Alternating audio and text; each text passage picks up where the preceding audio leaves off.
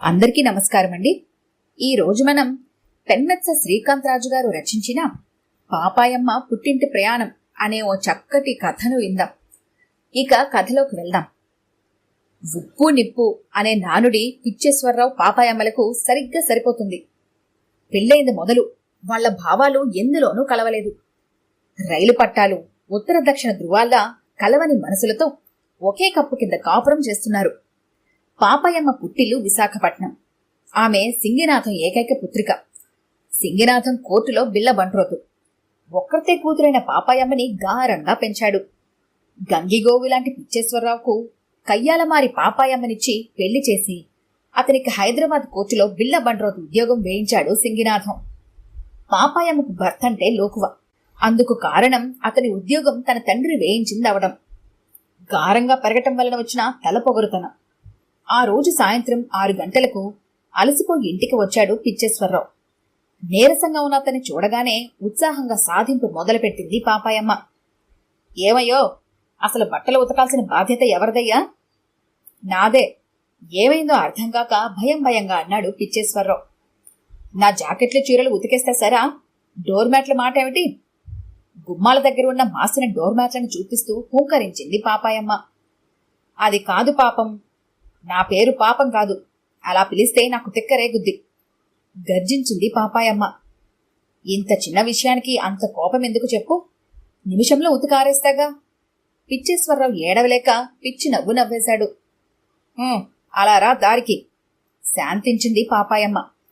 పిచ్చేశ్వరరావు బట్టలు ఉతుకుతుంటే కుర్చీ వేసుకుని, సబ్బు బాగా పెట్టు, బ్రష్తో బరికేయకు, చేత్తో రుద్దు, అది అలా అంటూ డైరెక్షన్ ఇవ్వసాగింది పాపాయమ్మ.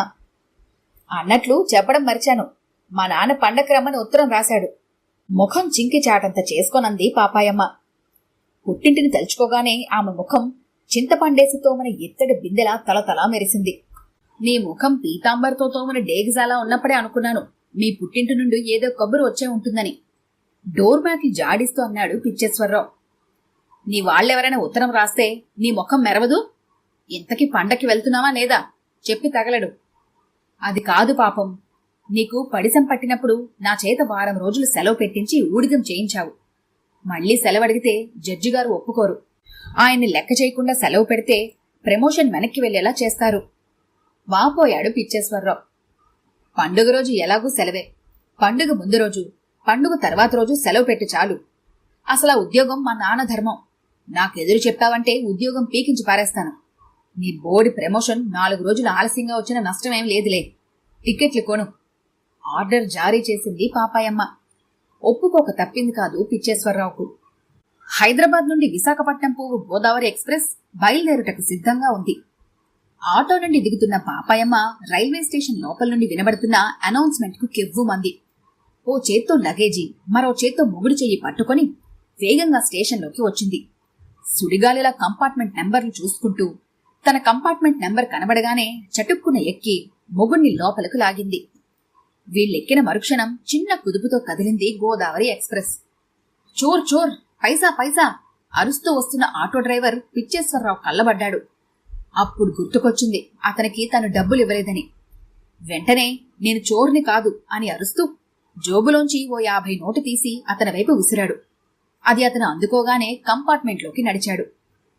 పాపాయమ్మ పిచ్చేశ్వరరావు తమ బెత్తలు వెతుక్కొని కూర్చున్నారు. ఓ 10 నిమిషాలు ఆయాసంతో ఉక్కిరిబిక్కిరయ్యారు ఇద్దరు. నీ ముఖం మండా, ఆఫీస్ నుండి త్వరగా వచ్చి తగలబడకుండా రోజు మీద ఆలస్యంగా వస్తావా? ట్రైన్ వెళ్ళిపోతుంది, మళ్ళీ ఇంటికెళ్ళిపోవచ్చని కుట్ర పన్నావు కదూ. సింగనాథం కూతురుతోనే నాటకాలు ఆడుతున్నావా? ట్రైన్ దిగనివ్వు, నీ సంగతి చూస్తా ఆయాసపడుతూ అంది పాపాయమ్మ. అపార్థం చేసుకోక పాపం. ఆ జడ్జి పర్మిషన్ ఇవ్వలేదు. కోర్టులో అతను, ఇంట్లో నువ్వు. అడకత్తెరలో పోకచుక్కలా నలిగిపోతున్నాను బాధగా అన్నాడు పిచ్చేశ్వరరావు. ఏం కూసావు? నన్ను కత్తెర అంటున్నావా? అట్లపెన ముఖం నువ్వును. నీలాంటి బొప్పాయిగాడిని కట్టుకొని నేనేం బావుకుంటున్నాను? ఒక సరదాన సంబరమా? చక్కగా ఫ్యాషన్గా పాపాయ్ అని పిలవక పాపం పాపం అంటూ ఓ పాపాత్మురాల్ని పిలిచినట్లు పిలిస్తే నా మనసంతా క్షోభిస్తుందో ఎప్పుడైనా ఆలోచించావా? వలవలా ఏడ్చింది పాపాయమ్మ. సరే ఏడ్వకు, ఆకలి మండిపోతుంది. ఆ పులిహోర డబ్బా తీయి. వాతావరణాన్ని తేలిక చేస్తూ అన్నాడు పిచ్చేశ్వరరావు. అన్నిటి మాట ఎలా ఉన్నా తిండికి మాత్రం తక్కువ లేదు. విసుక్కుంటూ స్టీల్ డబ్బా బయటకు తీసింది పాపాయమ్మ. ఆత్రంగా డబ్బా లాక్కుని మూత తీసి గుప్పెడు పులిహోర నోట్లో వేసుకున్నాడు పిచ్చేశ్వరరావు. ఆ కంగారేంటి? నీ తిండి ఎవరు ఎత్తుకుపోర్లే, కాస్త నిమ్మలంగా తినిచావు. చిరాకు పడింది పాపాయమ్మ. మొగుడ్ని కసిరి పెద్ద సైజు బత్తాయి పళ్లంత పులిహోర ఉండలు చేసుకొని కొండ చిలువ మూతిలా ఈ చెవి నుండి ఆ చెవికి ప్రాకిన తన గుహలాంటి నోట్లో వేసుకొని రఫ్ఫాడించేసాగింది పాపాయమ్మ. తిండి విషయంలో ఆమెతో పోటీ పడటం పీనుగులాంటి పిచ్చేశ్వరరావు వల్ల కాదు. కంగారు పడుతూ తనకి దక్కినంత మెక్కడం తప్పిస్తే పాపం పిచ్చేశ్వరరావుకి మరో దారి లేదు. భోజనాల కార్యక్రమం అయ్యాక నిద్రకు ఉపక్రమించడానికి ముందు టాయిలెట్కి వెళ్ళింది పాపాయమ్మ. అక్కడ కింద కూర్చుని ఉన్నారు 3 రౌడీ లాంటి కుర్రాళ్ళు. మాసి చిరిగిన బట్టలు, తైల సంస్కారం లేని జుట్టు, హిందీలో ఏదో మాట్లాడుకుంటున్నారు. పాపాయమ్మ దూకుడంతా సాధు జంతువైన పిచ్చేశ్వరరావు మీదే. ఆమెకి దొంగలన్నా రౌడీలన్నా తగని భయం. టాయిలెట్ నుండి తిరిగి వచ్చేటప్పుడు ఆ రౌడీ వెధల్లో బాగా నల్లగా ఉన్నవాడు తన వంకే క్రూరంగా చూస్తున్నట్లు అనిపించింది పాపాయమ్మకు. ఒక్క అంగలో తన భారీ కాయాన్ని కదుపుకుంటూ ఆమె బెర్తులున్న చోటుకు చేరుకుంది. ఆమె గుండె కాసేపు భయంతో దడదడా కొట్టుకుంది. గొర్రెలాంటోడని, గొడవ ఉండదని ఈ పిచ్చేశ్వరరావు లాంటి పీచు ముఖాన్ని కట్టబెట్టారు మా నాన్న. ఏ పహిల్వాన్ను చేసుకున్నా నా ధన మాన ప్రాణాలు కాపాడగలిగేవాడు. బక్కపల్చగా ఉన్న పిచ్చేశ్వరరావును చూసి మూతి 30 వంకర్లు తిప్పుకుంది పాపాయమ్మ. మిడిల్ బర్త్ మీద పాపాయమ్మ, లోయర్ బర్త్ మీద పిచ్చేశ్వరరావు పడుకున్నారు. ఉయ్యాలు ఊపుతున్నట్లు ట్రైన్ కదలికకు త్వరగానే నిద్ర పట్టేసింది ఇద్దరికి. అర్ధరాత్రి 1 గంట అయింది. గోదావరి ఎక్స్ప్రెస్ తారాజువ్వలా దూసుకుపోతోంది. ఇంతలో హఠాత్తుగా ఎవరో పాపాయమ్మ మీద పడి ఆమె బంగారు పుస్తలతాడు లాగేసాగారు. తన మీద పిడుగుపడ్డట్టు అదిరిపోయింది పాపాయమ్మ. కొన్ని క్షణాలకు కాని ఆమెకు జరుగుతున్నదేమిటో అర్థం కాలేదు. అర్థమైన మరుక్షణం తను గట్టిగా అరవాలన్న సంగతి స్ఫురించి కెవ్వున అరిచింది. బాబోయ్, ఎవడో దొంగ వెధవ, రక్షించండి రోయ్! బొబ్బలు పెట్టింది పాపాయమ్మ. ఆమె పెడుతున్న బొబ్బలకు కంపార్ట్మెంట్లో అందరూ ఉలిక్కిపడి లేచారు. చీకట్లో ఏం జరుగుతుందో ఎవరికీ అర్థం కాలేదు. అయ్యో దేవుడా, నన్ను రక్షించే దిక్కే లేదా? వీడెవడో నా గొలుసు కోసం నా పీక పిసికేస్తున్నాడు. ఏమయ్యో పిచ్చయ్యా, నీ నిద్ర తగలయ్యా, ఇంకా లేచి చావలేదా? భయంతో కళ్ళు తెరవకుండానే దిక్కులు పిక్కటిల్లేలా రోదించసాగింది పాపాయమ్మ. మత్తు నిద్రలో ఉన్న పిచ్చేశ్వరరావు తుల్లిపడి లేచాడు. పాపాయమ్మ అపాయంలో ఉందని గ్రహించాడు. ఊరేయ్, మా ఆవిడికే హాని చేద్దామని చూస్తావరా దొంగ వెధవా? మర్యాదగా మా ఆవిడ్ని వదలకపోయావో తిత్తి తీసి తాట ఓలిస్తా వెధవనాయాలా! ఉద్రేకంతో ఊగిపోతూ అరిచాడు పిచ్చేశ్వరరావు. ఇంతలో కంపార్ట్మెంట్లోని లైట్లన్నీ ఒకదాని తర్వాత ఒకటి వెలిగాయి. ఆ వెలుతురులో పాపాయమ్మ వైపు చూసిన పిచ్చేశ్వరరావు ఆశ్చర్యచకితుడయ్యాడు. కారణం, పాపాయమ్మను హత్తుకుపోయి ఉన్నాడో 4 ఏళ్ల పిల్లాడు. నీళ్లు చల్లగానే మంటారిపోయినట్లు పిచ్చేశ్వరరావు కోపం చల్లారిపోయింది. ఆ పిల్లాడిని పాపాయమ్మ మీద నుండి లాగాడు. నేను దొంగను కాను వణికిపోతూ ఏడుస్తున్నాడు ఆ పిల్లాడు. ఒరేయ్ నాని!